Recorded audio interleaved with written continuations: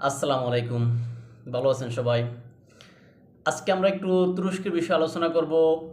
আপনারা জানেন যে বেশ কিছুদিন ধরেই তুরস্কের ভিতরে যে বিক্ষোভ চলতেছে বিরোধী দলের, বিশেষ করে বিরোধী দলীয় বা তুরস্কের প্রতিদ্বন্দ্বী ধরা হয় যাকে, বিশেষ করে ওই যে ইস্তানবুলের মেয়র একরামুল ইমামুক, তাকে গ্রেপ্তারের পর থেকেই সেখানে এই বিক্ষোভ চলমান। আর এই বিক্ষোভের একটা অংশ হিসেবে সেখানকার বিরোধী দলীয় নেতারা বা বিরোধী দলের পক্ষ থেকে সে তুরস্কের পণ্য বয়কটের ডাক দেওয়া হয়েছে। এখানেই তারা এটা ভুল করছে, কেননা আমরা দেখি বিভিন্ন দেশে মানে এক দেশ আরেক দেশের পণ্যের বয়কটের ডাক দেয়। যেমন আমরা দেখি বিভিন্ন সময়ে দেখছি কম বেশি বাংলাদেশ ইন্ডিয়ার পণ্য বয়কটের ডাক দিয়েছে, বর্তমানে কানাডা আপনার আমেরিকার পণ্য বয়কটের ডাক দিয়েছে, বিভিন্ন দেশ ইসরায়েলের পণ্য বয়কটের ডাক দিয়েছে এরকম। কিন্তু তুরস্কে ঘটলো তার ব্যতিক্রম, যেটা হচ্ছে যে আপনার এই সরকারি দলকে দমানোর জন্য বা সরকারি দলকে নামানোর জন্য, হ্যাঁ, বিরোধী দল নিজ দেশের পণ্যই অর্থাৎ স্বদেশের পণ্যই তারা বয়কটের ডাক দিয়েছে। এখন এটাতে হয়তো তারা সেখানে সফল হয় না, অর্থাৎ তাদের যে আন্দোলন বা এই বয়কটের ডাক এটাতে তারা বুমেরাং হয়েছে মূলত। আর এই কারণে হয়তো এরদোগান এখানে সঠিকভাবে মানে টিকে যাইতেছেন। এখন এখানে তারা যে ভুলটা করছে, যেটা হয়েছে গিয়ে নিজ দেশের পণ্য বয়কটের ডাক দেওয়ার কারণে নিজ দেশের মানুষই তাদের উপরে বিরক্ত হবে বা তাদের উপরে খেপে যাওয়ার সম্ভাবনা থাকে। আর নিজ দেশের মানুষ খেপে গেলে সেখানে তারা সফল হবে না। আর বিরোধী দল যেই দলটা, এটা আসলে দলটার নাম হয়েছে সিএসপি দল। এই সিএসপি দলটার প্রতিষ্ঠাকাল থেকে শুরু করে দলটা প্রায় 100 বছর প্লাস দলটার বয়স। এখন এই 100 বছরের পুরনো একটা দল, সেটা এত দীর্ঘ সময় দ্বারা পরিচালিত এই দলটা মাত্র ক্ষমতায় এসে একবার। চিন্তা করছেন, 100 বছরের বেশি পুরনো একটা দল ক্ষমতায় ছিল মাত্র একবার, তাও অন্যান্য ছোট ছোট দলের সাথে জোট করে থাকতে হয়েছে।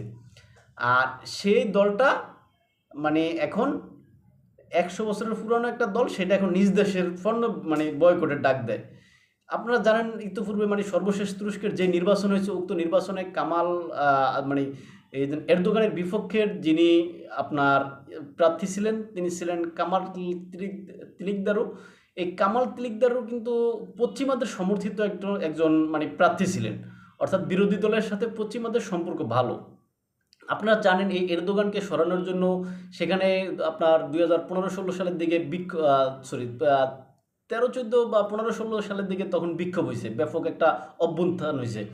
সেই অভ্যুত্থানে এরদোগান টিকে গেছে যেভাবে হোক, টিকে যাওয়ার পরে পশ্চিমারা সেখানে এখনও সফল হয়নি। তাই সর্বশেষ পশ্চিমারা সেখানে কলকাঠি নাড়তেছে আপনার এই যে কামাল, এই যে বর্তমানে যে ইকরামুল ইমামুলকে নিয়ে, অর্থাৎ যে ইস্তানবুলের মেয়রকে গ্রেপ্তারের পরে সেখানে যে বিক্ষোভ হচ্ছে, বিক্ষোভে রসদ যোগাইতেছে বা জ্বালানি যোগাইতেছে এই পশ্চিমারা, এবং ইসরায়েল। এখানে ইসরায়েলের একটা লক্ষ্য আছে, কেননা এখানে এরদোগান বা তুরস্ককে বা এরদোগান প্রশাসন বা তুরস্ককে যদি নিজ দেশের ভিতরেই ব্যস্ত রাখা যায়, এক্ষেত্রে লাভ হবে সবচেয়ে বেশি ইসরায়েলের। পশ্চিমাদেরও আছে, সবচেয়ে বেশি লাভ ইসরায়েলের। কেননা তুরস্ক যেভাবে বর্তমানে তার আশেপাশের দেশগুলোতে শক্ত অবস্থান তৈরি করতে চাইতেছে, বিশেষ করে সিরিয়াতে, হ্যাঁ, এই জন্য ইসরায়েল সবচেয়ে বেশি ক্ষতিগ্রস্ত হবে।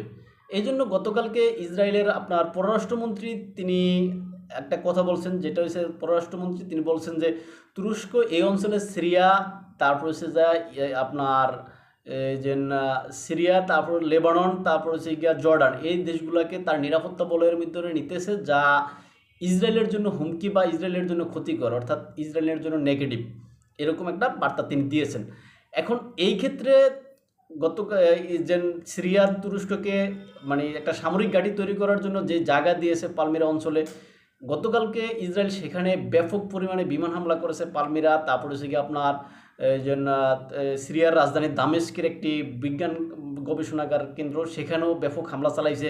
তারপরে হচ্ছে কি আপনার হোমস একটা শহর আছে, সেই শহরের একটা সেনা আপনার ক্যাম্প আছে বা সেনানিবাস আছে আর কি, ওই সেনানিবাসও ব্যাপক হামলা চালাইছে, সেখানে হামলা চালায় ব্যাপক ক্ষয়ক্ষতি করছে। এখন এই হামলা করে ইসরায়েল মূলত সেখানে আপনার তুরস্ককে মেসেজ দিতে চাচ্ছে, তোমরা এখানে আইসো না বা এখানে আসতে চাইলে ফলাফল ভালো হবে না, আমরা তোমাদের সাথে খেলার জন্য বা তোমাদের সাথে আমরা যে কোনো পরিস্থিতিতে যাওয়ার জন্য প্রস্তুত, এরকম একটা মেসেজ দিছে। এখন এরদোগান তো আসলে পিছু হটবেন না মনে হয়, কেননা এরদোগান এখানে মানে এখানে তার যত ইনভেস্ট আছে বা তার যত মানে স্বার্থ আছে, এখানে এরদোগান তার স্বার্থ বুঝে নেওয়ার চেষ্টা করবেন। এই ক্ষেত্রে পশ্চিমাদের যেই হুমকি দামকি, এখানে তিনি দমে যাওয়ার পাত্র না, দমে যাবেন না, এটাই বোঝা যাইতেছে আর কি।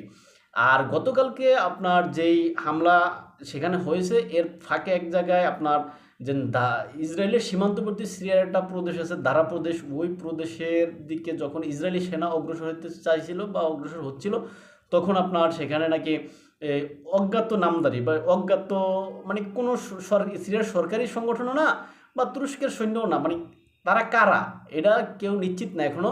তাদের সাথে আপনার ইসরায়েলি সৈন্যদের আপনার সেখানে ব্যাপক একটা সংঘর্ষ হয়েছে।